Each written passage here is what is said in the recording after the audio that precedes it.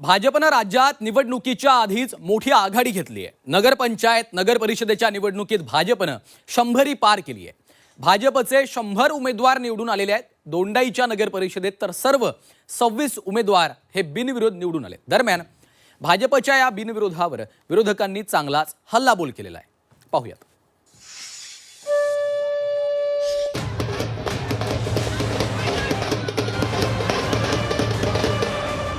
निवडणुकीआधीच भाजपची 100 नगर परिषद नगर पंचायतीत 100 उमेदवार बिनविरोध। भाजपच्या बिनविरोधवर विरोधकांचा हल्लाबोल।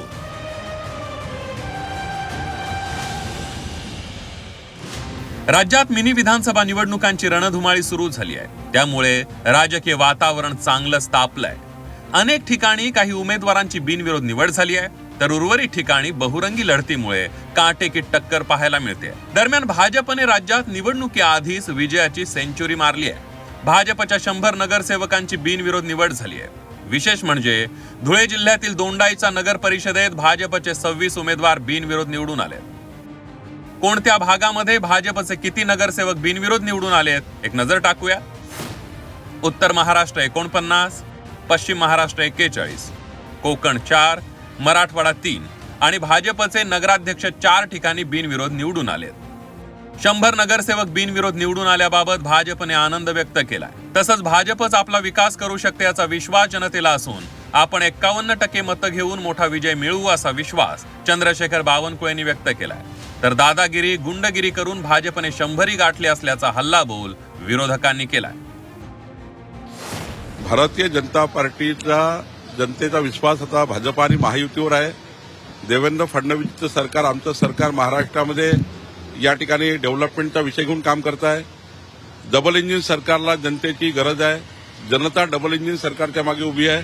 मोदीचं सरकार, देवेंद्रचं सरकार हेच विकास करू शकते ही भावना जनतेमध्ये आहे आणि म्हणून मोठ्या प्रमाणावर भाजपा आणि महायुती निवडून येत आहे। मी आपल्याला दाव्याने सांगतो 51% मतं भाजपा महायुतीला मिळतील। 2/3 बहुमत महाराष्ट्रात भाजपा महायुतीला मिळेल। दादागिरी गुंडगिरी पैसा दबाव यंत्रणेचा वापर यामुळे हे 100 आहे।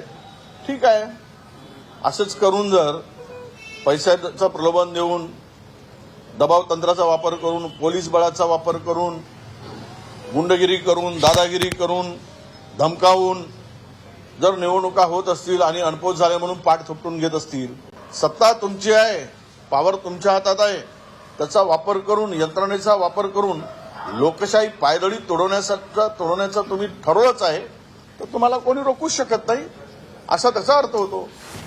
भाजपच्या 100 वरून शिवसेना उद्धव बाळासाहेब ठाकरे पक्षानं भाजपला खोचक टोला लगावलाय। मंत्री नेत्यांच्या जवळचे लोक बिनविरोध निवडून आलेत। यात एकही सामान्य कार्यकर्ता नसल्याचा टोला अंबादास दानवेंनी लगावलाय। मला सांगा, गिरीश महाजनांचीच बायको काय येते, रावलांचीच आई काय येते? एखाद्या सामान्य कार्यकर्त्याची बायको किंवा कार्यकर्ते निवडून आले बिनविरोध भारतीय जनता पार्टीकडून का होत नाही ते दाखवा। गिरीश महाजनांचीच बायको का, रावलांचीच आई का, मंत्र्यांचीच म्हणजे जे मोठे सत्ताधीश आहे यांचेच का? मग एखादं मी म्हणेल चला सोडा, आमचं सोडा। भारतीय जनता पार्टीच्या एखाद्या सामान्य कार्यकर्त्याची सामान्य कार्यकर्ती किंवा कार्यकर्ता का बिनविरोध निवडून नाही आलेला? त्यांच्यासाठी कोणी काही करत नसतं, स्वतःसाठी ते करतात आणि त्याचे ते परिणाम।